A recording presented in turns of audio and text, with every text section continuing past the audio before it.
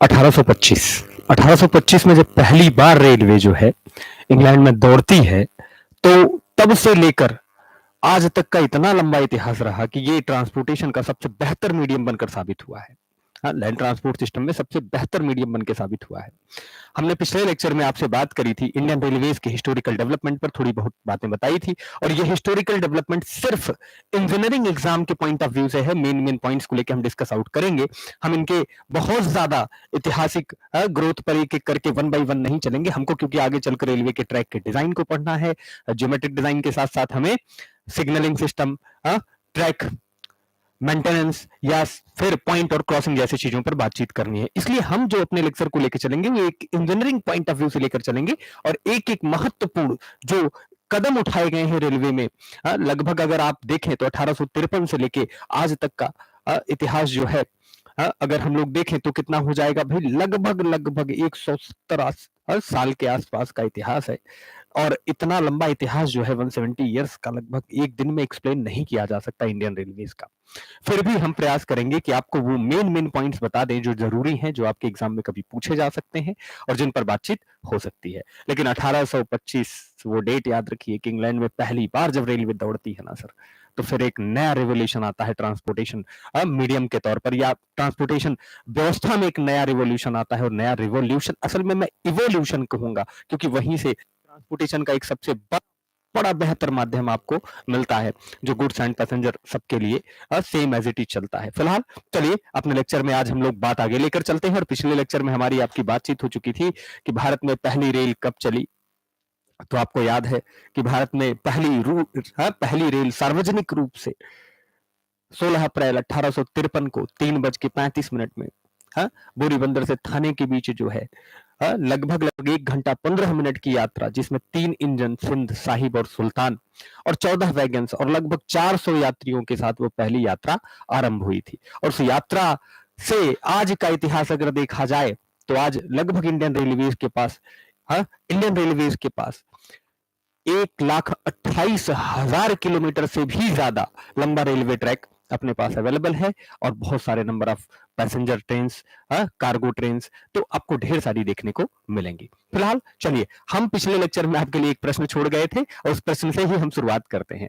प्रश्न था H wheeler and company private limited, इसी की बातचीत थी। मैंने कहा था कि भाई ये जो है, ये एस्टेब्लिशमेंट जो आप देखते हैं कि हर रेलवे प्लेटफॉर्म पर आपको एक बुक स्टॉल देखने को मिलता है, बुक चैन देखने को मिलती है, बुक स्टॉल चैन देखने को मिलती है, जो लगभग हर बड़े स्टेशनों पर या समटाइम छोटे स्टेशनों को भी ये कवर अप कर रहे हैं। ये बुक स्टॉल जो है, ये इसको बनाने के पीछे ये उद्देश्य था कि भाई यात्रा इतनी लंबी होगी तो यात्री कुछ ना कुछ पढ़ता लिखता रहे, जिससे उसका मन लगा रहे और यात्रा बोरिंग ना लगे। बस इसी पर्पस को ध्यान में रखते हुए अगर हम लोग बात करें 1877 में, 1877 में इमले मौर्य, ये जो है इनकी बात करते हैं। ये एक फ्रेंच ऑथर थे और साथ में टीके बनर्जी, ये एक इंडियन बिजनेसमैन है। इन्होंने मिलकर एक बुक स्टोर चैन एस्टेब्लिश किया और उसी को नाम दिया एच व्हीलर एंड कंपनी, जो आपको लगभग हर बुक स्टॉल पर देखने को मिलती है। तो कभी अगर आपसे ये प्रश्न बनता है कि इसे किसने एस्टेब्लिश किया, कैसे एस्टेब्लिश किया, तो बताइए कि इमले मौर्य और टीके बनर्जी नाम के एक जो है इंडियन बिजनेसमैन थे और एक ऑथर महाराज, ये दोनों लोग मिलकर ये बुक चैन की शुरुआत करते हैं। और आज ये लगभग भारत के हर रेलवे स्टेशनों पर देखने को मिल जाता है, लगभग मोस्ट ऑफ द टाइम। ठीक, तो ये तो इतनी बात हमारी आपकी यहाँ हो चुकी है। लेकिन अब इसके बाद हमारी कहानी थोड़ी और आगे चलती है और हम पहुंच जाते हैं 1879 में। और 1879 पहुंचने पर देखते हैं कि इंडिया का जो ट्रैक, इंडियन रेलवेज के पास जो ट्रैक लेंथ है, वो ट्रैक लेंथ लगभग हो जाती है 14,920 किलोमीटर के आसपास। 14,920 किलोमीटर के आसपास का रेलवे लाइन हो जाता है। यानी ये यात्रा थोड़ी और बड़ी हो जाती है, किसकी? रेलवे के हिस्टोरिकल डेवलपमेंट की या रेलवे के विकास की।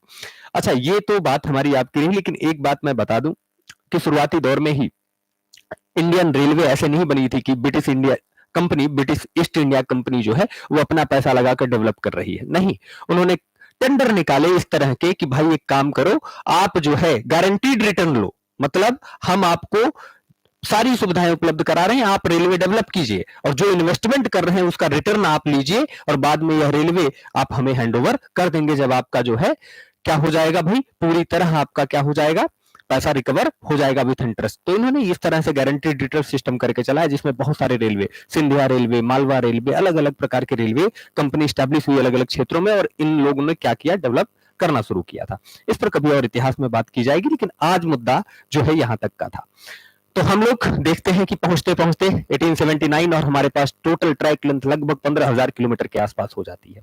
लेकिन इसके बाद हम पहुंचते हैं फिर 1882 में, 1882 में, और 1882 में अगर हम बात करें तो एक बोर्ड का गठन होता है। कौन सा बोर्ड, या एक पद का गठन होता है, वो है directorate general of railway. Director general of railway का पद, डायरेक्टर जनरल ऑफ रेलवे का पद जो है इसका गठन होता है, और सीपीडब्ल्यूडी के अंदर, किसके अंदर, सीपीडब्ल्यूडी के अंदर जो है इसका, इस पद का गठन होता है। और सीपीडब्ल्यूडी के अंतर्गत अगर हम लोग देखें तो इस पद का गठन हमें देखने को मिलता है।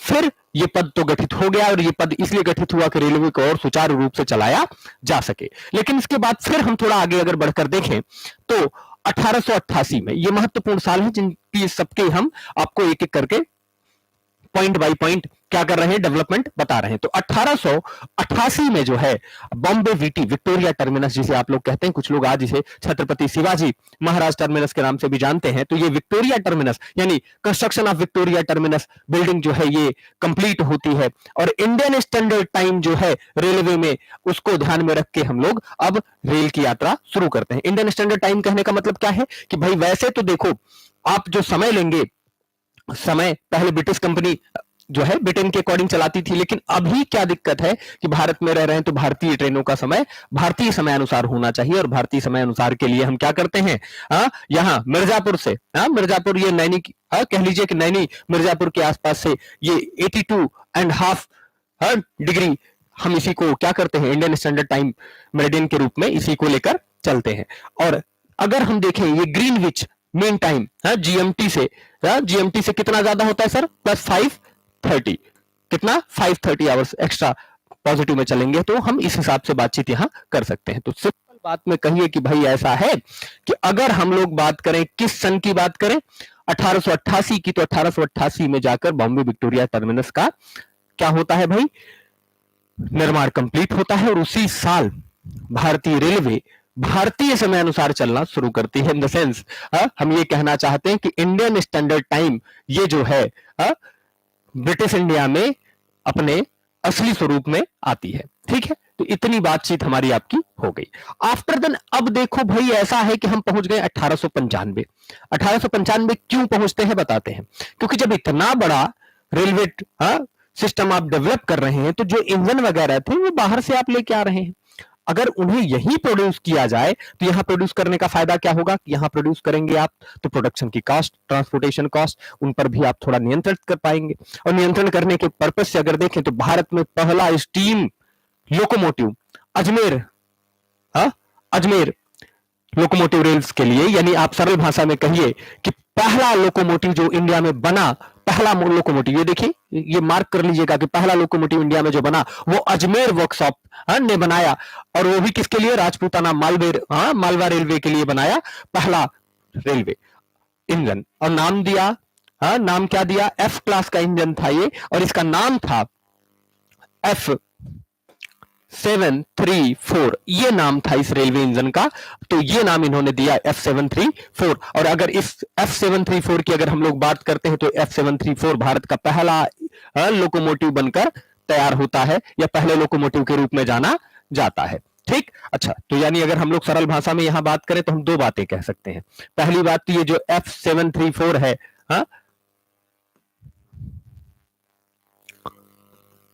734 है, ये एफ क्लास का इंजन था।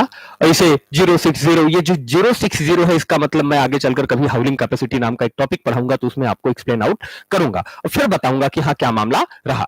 फिर हम पहुंचते हैं कहां, 1899। और 1899 में ये देखो दो टर्म मैंने यहां इस्तेमाल किए हैं। पहला टर्म कहा कि पहला लोकोमोटिव कब बना, तो ये बताया आपको, लेकिन ऑफिशियली पहला locomotive on the sense on paper पहला लोकोमोटिव कब बनाया गया, तो अगर इसकी बात करनी हो तो पहला लोकोमोटिव जमालपुर वर्कशॉप ने बनाया था, और वो भी कब बनाया था सर, अब फर्स्ट इंजन जो बनाया था उसका नाम दिया लेडी कर्जन, जो आपके सामने है, क्या नाम दिया, लेडी कर्जन 764 CA764 ये नाम दिया। यानी पहला ऑफिशियल इंजन भारत में जो बना था, वो तो पहला वाला जो है अनऑफिशियली बना था, किसके लिए, राजपूताना मालवा रेलवे के लिए अजमेर वर्कशॉप ने बनाया था। कब बनाया था, 1895 में। लेकिन ऑफिशियली अगर बात किया जाए तो ऑफिशियली पहला लोकोमोटिव जो बनता है इंडिया में, पहला लोकोमोटिव बनता है सर, वो बनता है कब, हम देखते हैं 1899 यानी 1899 में, और इसका नाम रखा जाता है लेडी कर्जन। क्या नाम रखते हैं, लेडी कर्जन CA764 जो आपके सामने है, ये पहला रेलवे इंजन बनके तैयार होता है। ठीक, अच्छा, ये सारा डेवलपमेंट एक इंजीनियरिंग पॉइंट ऑफ व्यू से आप समझिएगा, बहुत ज्यादा इसमें डीप में हिस्ट्री में जाने की जरूरत आपको नहीं पड़ेगी। ठीक, फिर इसके बाद अगर हम लोग आगे चलते हैं तो देखो भैया, अब रेलवे थोड़ा ज्यादा बड़ा होना शुरू कर दिया है, इसका एक्सपेंशन बढ़ रहा है, तो एक्सपेंशन बढ़ रहा है तो इसे नियंत्रित करने के लिए हमें रेलवे बोर्ड की स्टैब्लिशमेंट करनी पड़ती है। 1905 में, कब, 1905 में रेलवे बोर्ड का स्टैब्लिशमेंट हम करते हैं under the department of commerce and industry. Commerce and industry department के अंतर्गत पहली बार रेलवे बोर्ड का गठन किया जाता है ताकि रेलवे को सुचारू रूप से चलाया जा सके। ठीक, अच्छा, इतनी सारी बातचीत तो हो चुकी, लेकिन अब सोचो रेलवे का जो विस्तार बढ़ रहा है, इस विस्तार को बढ़ते हुए इस पर नियंत्रण रखना, इसके लिए नियम कानून बनाना भी बड़ा जरूरी है, अन्यथा क्या होगा कि सब लोग मतलब हर रेलवे कंपनी मनमाना काम करेगी और प्रॉपर कहीं से फंक्शनिंग नहीं होगा। तो इसके लिए इन्होंने एक काम किया कि जनरल नियम कानून जो है रेलवे के लिए, कब, 1906 में, कब, 1906 में जनरल रूल्स इनका गठन किया गया, और ताकि रेलवे का जो ऑपरेशनल है, गवर्निंग है, वो प्रॉपर सही तरीके से किया जा सके। इसके लिए 1906 में क्या किया जाता है सर, 1906 में हम रेलवे के लिए नियम कानून बनाना शुरू करते हैं कि रेलवे को क्या काम करना है, क्या नहीं करना है, और किन किन दशाओं में, किन किन शर्तों पर हमें पूरे के पूरे सिस्टम को चलाना है। तो ऐसे ही समझ लीजिए कि रेलवे के लिए संविधान है एक तरीके का, कि नियम कानून है कि भैया रेलवे कैसे काम करेगी। ठीक है, इतना होने के बाद तब तक भैया चल रहा था कौन सा लोकोमोटिव, तब तक हमारा आपका स्टीम लोकोमोटिव चल रहा था। कौन सा चल रहा था, स्टीम लोकोमोटिव। लेकिन फिर हम देखते हैं कि स्टीम लोकोमोटिव के साथ साथ अब हम मूव कर चले हैं, और समय है 1915। क्या समय है, 1915। और 1915 पहुंचने पर हम देखते हैं कि भैया अब जो है डीजल इंजन का भी प्रचलन शुरू हो गया, और रेलवे में पहला डीजल लोकोमोटिव की अगर हम बात करते हैं, first ever diesel locomotive India में कब, तो 1915 में देखने को मिलता है। पहला डीजल लोकोमोटिव कब देखने को मिलता है, 1915 में देखने को मिलता है। ठीक, अच्छा, फिर हम आते हैं 1920 में, और 1920 में ट्रेन का ऑपरेशन सही तरीके से चल सके, इस पर्पस के लिए 1920 में अगर हम लोग देखें तो इस पर्पस के लिए हमें दो चीजें देखने को मिलती हैं कि टेलीफोन जो हैं इनका यूज हम ट्रेन के कंट्रोल के लिए करना शुरू करते हैं। टेलीफोन्स का यूज ट्रेन के कंट्रोल के लिए करना शुरू करते हैं 1920 में, और इसी साल, इसके पहले ड्रम सिस्टम चलता था ब्रेक लगाने वाला, लेकिन इसी साल वैक्यूम ब्रेकिंग सिस्टम जो है रेलवे में, वैक्यूम ब्रेकिंग सिस्टम, ये भी प्रचलन में आ जाता है और इसका भी हम यूज करना शुरू करते हैं। तो यानी सरल भाषा में हम लोग बात करें तो हमने आपसे कहा था कि पहली बार रेलवे का सपना 1832 में देखा। कब देखा, 1832 में। फिर 1844 आता है, पहली बार रेलवे के फायदे नुकसान गिनाकर RM स्टीफेंसन जो है वो ब्रिटिश ईस्ट इंडिया कंपनी में रेलवे की बातचीत करते हैं संसद में, पार्लियामेंट में। फिर इसके बाद बात आती है कब, 1853 की, और आपको पहली रेल यात्रा देखने को मिलती है। उसके बाद ढेर सारे one by one, day by day development चलता जा रहा है, और हम पहुंच चुके हैं कहां, 1920 में। और 1920 में हमें देखने को मिलता है कि रेलवे के कंट्रोल के लिए टेलीफोनिक सिस्टम का भी इस्तेमाल होना शुरू होता है।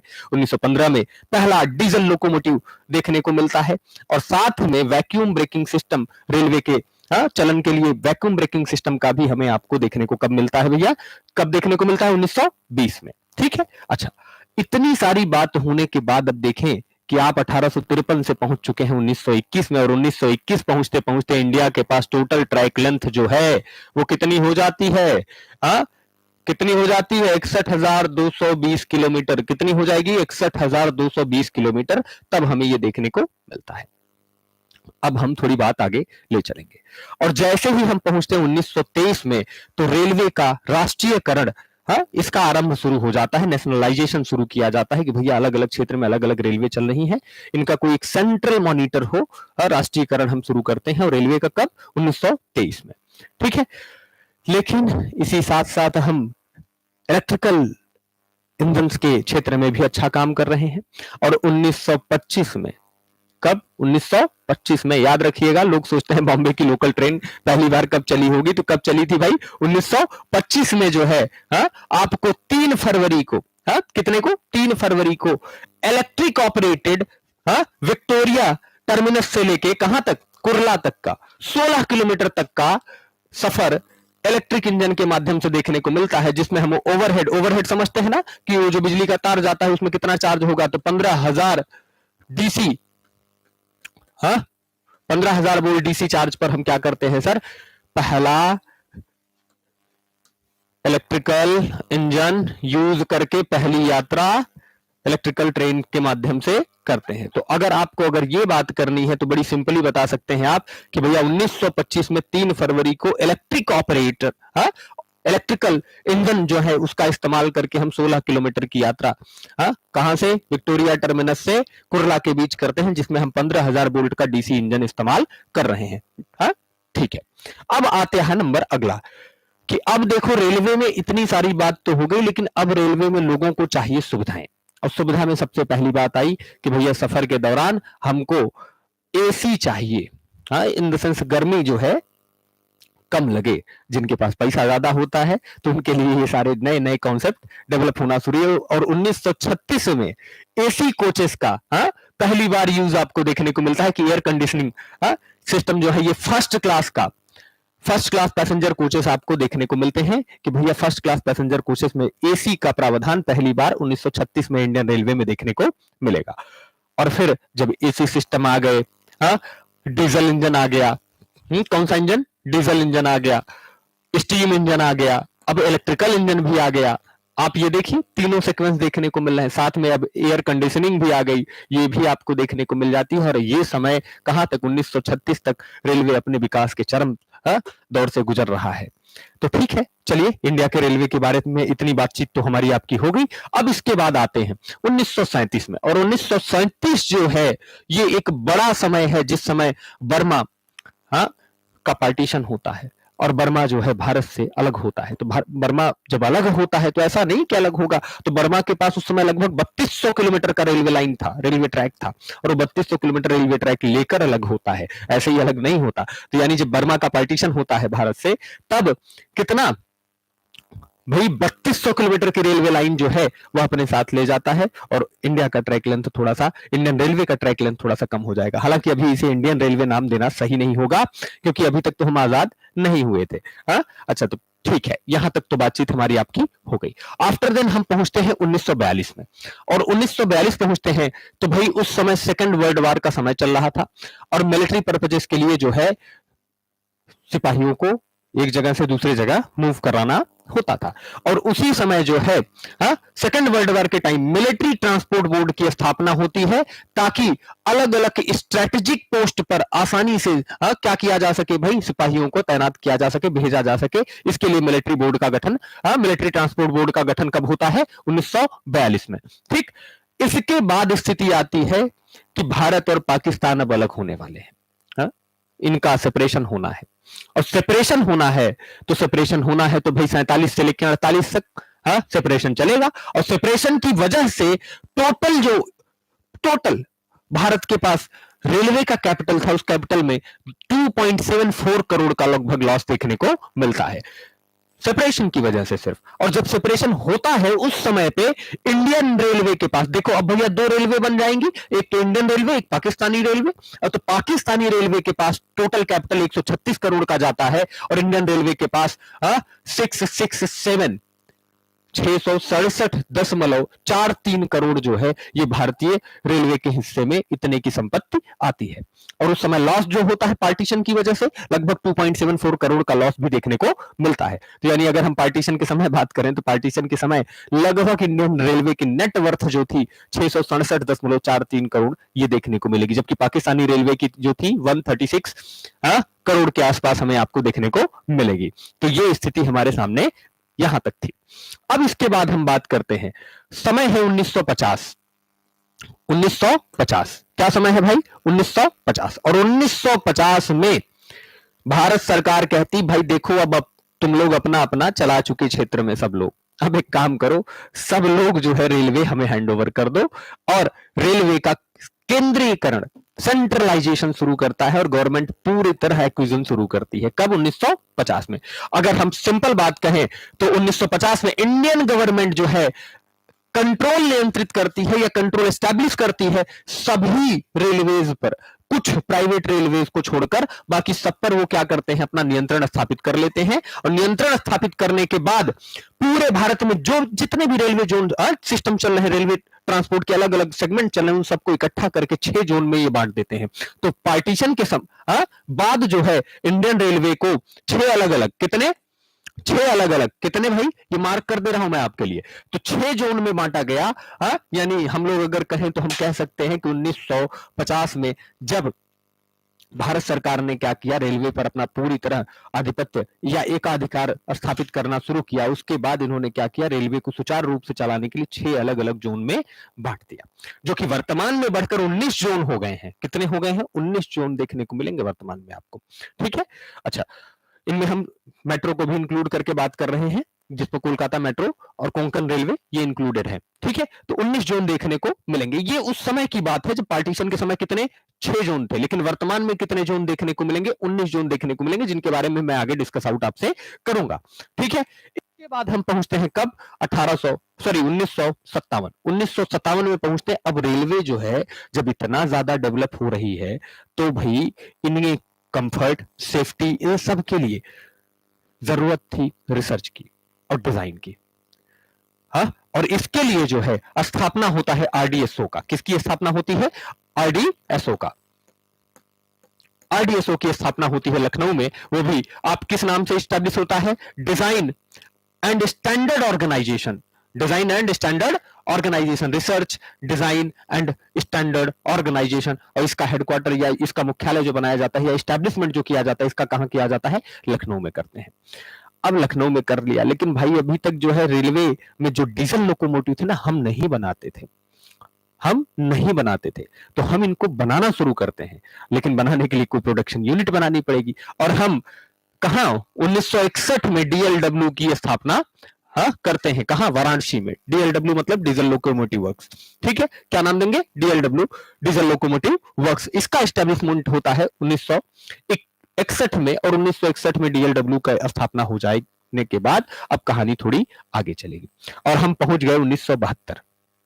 तब तक दुनिया में मेट्रो ट्रेन का भी प्रचलन शुरू हो चुका था, लेकिन इंडिया में पहली बार मेट्रो देखने को मिलती है। लोग पूछते हैं कि भैया इंडिया में पहली मेट्रो दिल्ली मेट्रो है? नहीं भाई, भारत में पहली बार मेट्रो चली थी तो कलकत्ता मेट्रो के नाम से चली थी और 1972 में चली थी। कब चली थी? 1972 में। तो कलकत्ता मेट्रो जो है आपको फर्स्ट मेट्रो जो है इंडिया में जो देखने को मिलता है, कोलकाता मेट्रो के नाम से 1972 में देखने को मिलता है। इसके बाद ही भारत में दूसरे मेट्रो सिस्टम आए हैं।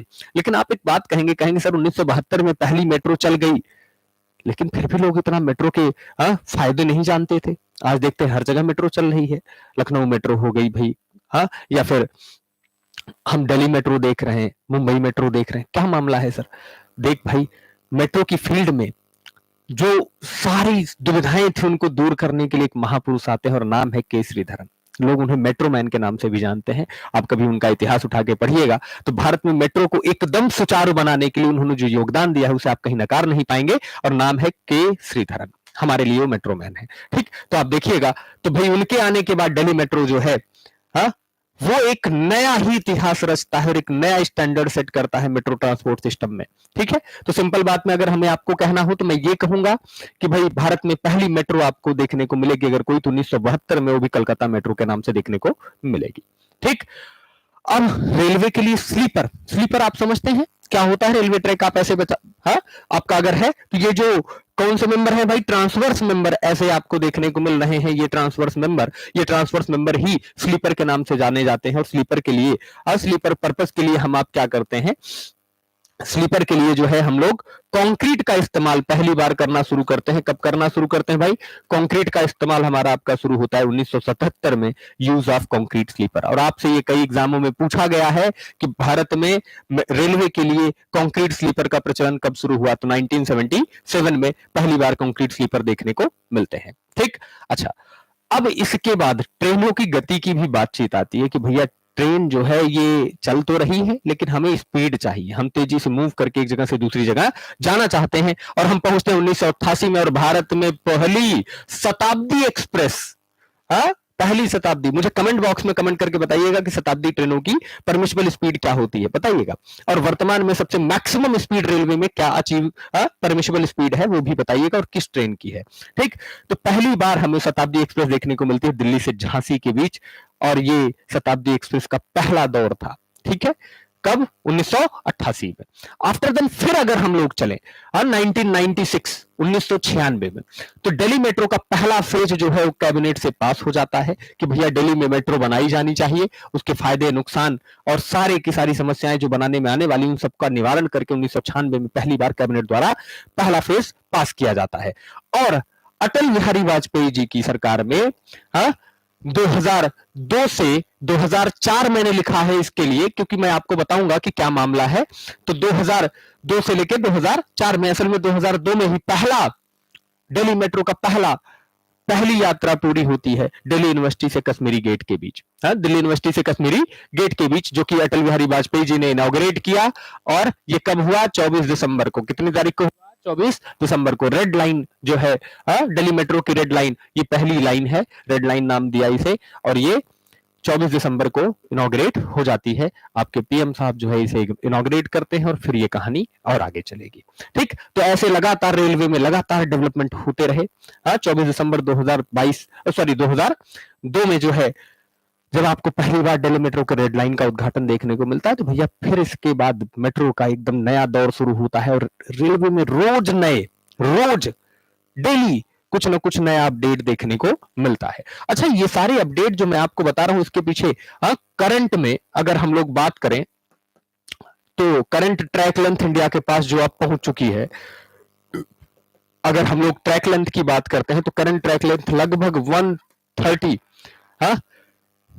1.3 लाख किलोमीटर कह दीजिए, 3 लाख प्लस किलोमीटर कह दीजिए, 1.3 लाख प्लस किलोमीटर कह दीजिए कि भैया 1.3 लाख किलोमीटर से भी ज्यादा का रेलवे ट्रैक भारत सरकार के पास रेलवे के तौर पर आज देखने को मिलेगा। ट्रैक लेंथ इतनी है भाई। ठीक है, तो ये स्थिति रही। अब इसी तरह से लगातार इंडिया में रोज होते रहे और हम उन डेवलपमेंट्स को अब एक एक करके गिनेंगे तो बहुत लंबा समय लग जाएगा, इसलिए हम समअप करते हैं और अपनी पूरी बात को आपको यहां तक ले आकर बताते हैं कि भारत में जो इंपॉर्टेंट घटनाएं हैं कि पहली बार रेलवे कब चली, तो बता दीजिए कि भैया 16 अप्रैल 1853 को। फिर आपको बताना हो कि पहला डीजल लोकोमोटिव कब इस्तेमाल हुआ, तो बता दीजिए कि भैया पहला डीजल लोकोमोटिव कब इस्तेमाल हुआ है? 1915 में। पहला इलेक्ट्रिक ट्रांसपोर्टेड रेलवे या इलेक्ट्रिक ऑपरेटेड रेलवे देखने को मिलती है बॉम्बे से कुर्ला के बीच, विक्टोरिया टर्मिनस से कुर्ला के बीच, वो भी 1925 में। एसी कोचेस कब आए? 1936 में। कंक्रीट स्लीपर कब आए? 1977 में। ठीक है, इस तरह से जो मेन पॉइंट्स हैं आप इनको याद कर सकते हैं। और जब पार्टीशन हुआ था उसके बाद इंडियन रेलवेज को 6 जोन में बांटा गया था। ठीक है, तो इतनी बात आपको याद रखनी है जो मैंने आपको बता रखी है। अब देखो स्थिति ये है कि अभी का जो स्थिति देखने को मिले तो वर्तमान में रेलवे एक बड़ा जाल है ट्रांसपोर्ट सिस्टम का। तो इस जाल को सही तरीके से ऑपरेट किया जा सके, इसका एडमिनिस्ट्रेशन सही तरीके से हो सके और मैनेजमेंट सही तरीके से हो चुके, इसके लिए इंडियन रेलवेज में जो है टोटल वर्तमान में 19 जोन है। कितने जोन है? 19 जोन, जिसमें हम कोलकाता मेट्रो और कोलकाता मेट्रो को इंक्लूड करके बात कर रहे हैं। कितने जोन है सर?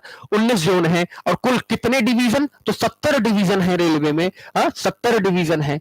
और इसी से बातचीत अगर की जाए तो हम कह सकते हैं कि भाई रेलवे के पास हमें आपको ये देखने को मिलेगा। और हर एक डिवीजन जो है वो डीआरएम, डिविजनल रेलवे मैनेजर जो है उसका हेड होगा और वही क्या करेगा?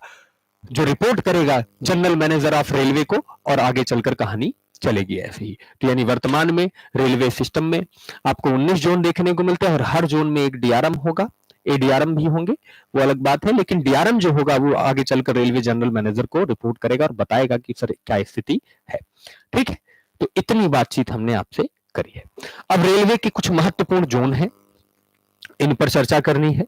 अच्छा, कौन कौन से जोन है? ये कुल 9 जोन जो हैं, मैंने यहां मेंशन किए हैं कि भाई वर्तमान स्थिति के पहले जो है रेलवे में 9 जोन, फिर बाद में 16, फिर 18, फिर 19, अब वर्तमान में कितने हैं? 19 जोन है। लेकिन तुमसे कभी कभी पूछ लेता है किस जोन का हेडक्वार्टर कौन सा है, तो आपसे पूछे कभी ईस्टर्न रेलवे का तो कलकत्ता है, सेंट्रल रेलवे का पूछे मुंबई है, नॉर्दर्न रेलवे का पूछे दिल्ली है, नॉर्थ ईस्टर्न रेलवे का पूछे तो गोरखपुर है, ठीक, नॉर्थ फ्रंटियर रेलवे का पूछे तो मालीगांव गुवाहाटी है, और अगला साउदर्न रेलवे का अगर पूछता है तो चेन्नई है, और साउथ सेंट्रल रेलवे का पूछता है तो सिकंदराबाद। और अगर आपसे पूछा जाता है कि भैया हमको एक बता दीजिए बात कि साउथ ईस्ट रेलवे का कहां हिसाब किताब है, इसका हेडक्वार्टर कहां है, तो साउथ ईस्ट रेलवे का भी कलकत्ता है, और साथ में बात कीजिएगा वेस्टर्न रेलवे का तो मुंबई है। कहां है? मुंबई है। तो इतना सारा आपको देखने को मिलेगा। ठीक है, अच्छा अब हम लोग इतनी बात कर चुके हैं, जरूरी बात जो है वो हमें आपको यहां लेकर चलनी है। 1950 के बाद जो है, जब भैया हम 6 जोन में कैटेगराइज किए, 6 जोन के बाद अब वर्तमान में 19 जोन जो हैं,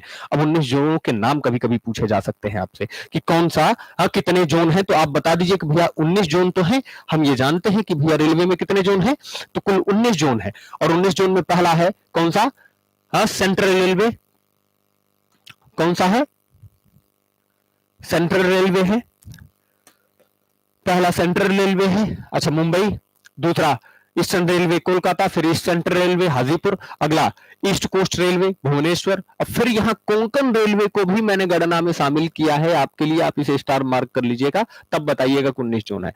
नॉर्दर्न रेलवे की बात करिए दिल्ली में, फिर नॉर्थ सेंट्रल रेलवे इलाहाबाद में। आप ये वाला पोर्शन जो है North Central Railway UP Allahabad में देखने को मिलता है। North Eastern Railway Gorakhpur, North Western Railway Jaipur, North East Frontier Railway Guwahati, Southern Railway Chennai, South Coast Railway Visakhapatnam, South Central Railway Secunderabad, और साउथ ईस्ट रेलवे कोलकाता, और South East Central Railway Bilaspur.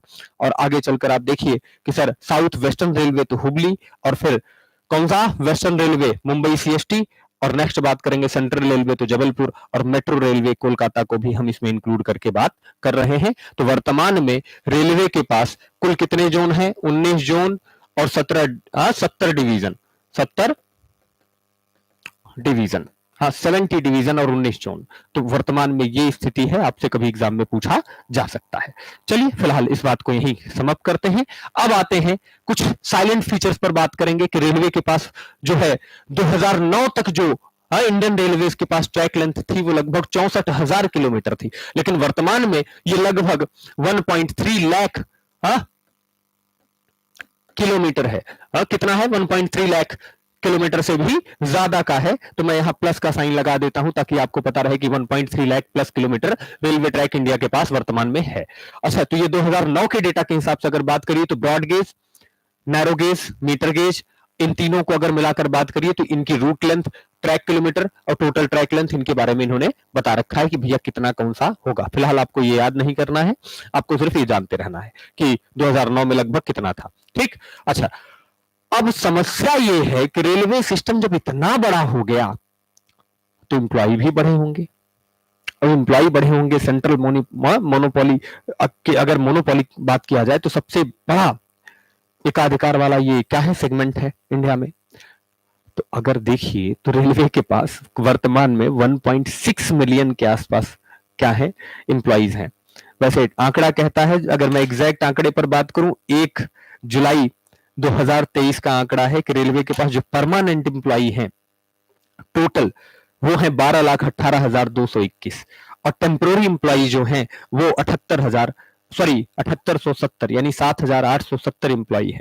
और टोटल अगर हम लोग बात करें तो टोटल हमारे आपके पास लगभग 1.6 मिलियन एम्प्लॉइज है इंडियन रेलवेज के पास हमें आपको देखने को मिलते हैं। इतने देखने को मिलते हैं, तो इनको कहीं ना कहीं ट्रेन करना पड़ेगा कि आपको कैसे काम करना है, क्या आपका जिम्मेदारी है, किस दशा में आप किसी रिपोर्ट करेंगे, क्या बात होगी, इन सब के लिए इनको क्या करना पड़ेगा? ट्रेन करना पड़ेगा।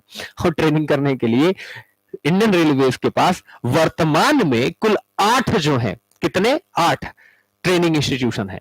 ठीक, अच्छा 8 ट्रेनिंग इंस्टीट्यूशंस हैं और आठों ट्रेनिंग इंस्टीट्यूशन की अगर बात किया जाए सेंट्रल ट्रेनिंग इंस्टीट्यूट तो इंडिया में कितने हैं भाई 8 हैं। अच्छा कहीं पुराना डेटा होगा तो वहां आपको कितना मिलेगा 6 मिलेगा या 7 मिलेगा तो परेशान मत होइएगा। अब कितने हैं इंडियन रेलवेज के पास तो कुल 8 ट्रेनिंग इंस्टीट्यूशंस आपको देखने को मिलेंगे जिसमें पहला है रेलवे स्टाफ कॉलेज वडोदरा। क्या है रेलवे स्टाफ कॉलेज वडोदरा। इसे इसका दूसरा नाम भी एक है national academy of Indian railways और कहां पर है ये वडोदरा में है। ठीक दूसरा सिविल इंजीनियरिंग के लिए है Indian Railway Institute of Civil Engineering. अगर इसकी बात करिए तो ये भी आपको देखने को मिलता है। दूसरी बात करिए Indian Railway Institute of electrical engineering ये भी है। नेक्स्ट है Indian Railway Institute of mechanical and electrical engineering ये भी एक सेगमेंट है जहां ट्रेनिंग एंड क्या पढ़ाए जाएंगे भाई ट्रेनिंग दिए जाएंगे आपको। अच्छा नेक्स्ट और कौन सा है Indian Railway Institute of signal and telecommunication ये भी है।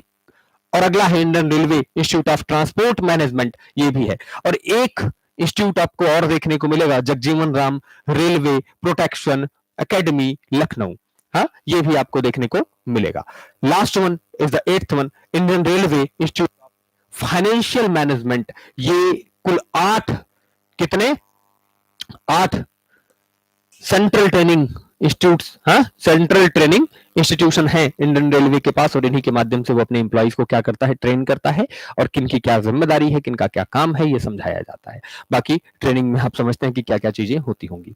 ठीक है चलिए तो इतनी बातें हमने आपसे करी हैं। अब इस पर क्या प्रश्न बन सकता है इस प्रश्न का आंसर मैंने यहां जानबूझकर दे रखा है क्योंकि ये प्रश्न जिस जगह से मैंने उठाया उस प्रश्न में एक एरर थी और एरर को मैंने दूर करके यहां अब सही कर दिया है। तो क्या क्वेश्चन है how many training institutions of railway are in India. कह रहे हैं कि भारत में इंडियन रेलवे के पास कितने ट्रेनिंग इंस्टीट्यूशन है।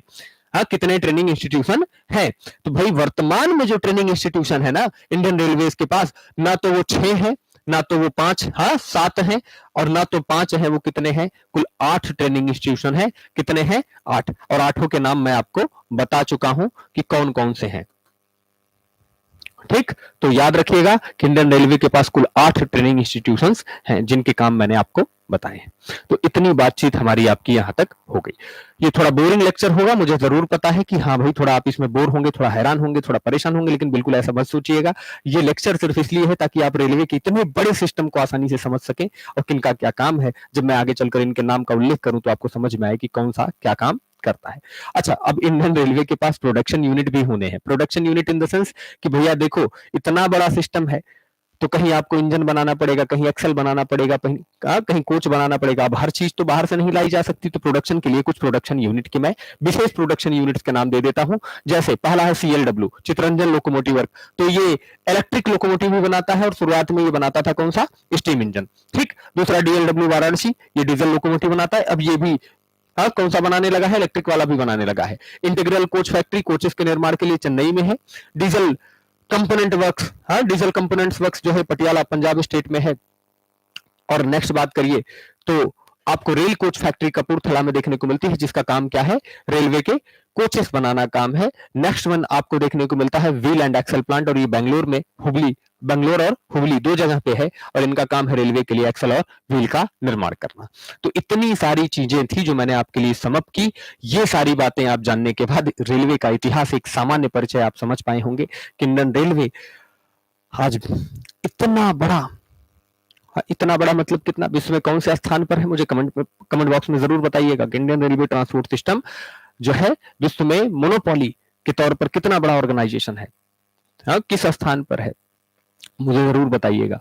तो यहां अगर हम लोग बात करें तो हम सिंपली कह सकते हैं कि भाई जो है इंडियन रेलवेज का एक दिन का इतिहास नहीं है। ये लगभग अगर बात की जाए तो 170 साल से अधिक का इतिहास है और जिसमें रेलवे ने हर दिन नई उपलब्धियां हासिल की हैं और आज ये एकदम बेहतर ट्रांसपोर्ट सिस्टम के तौर पर उभर कर आया है।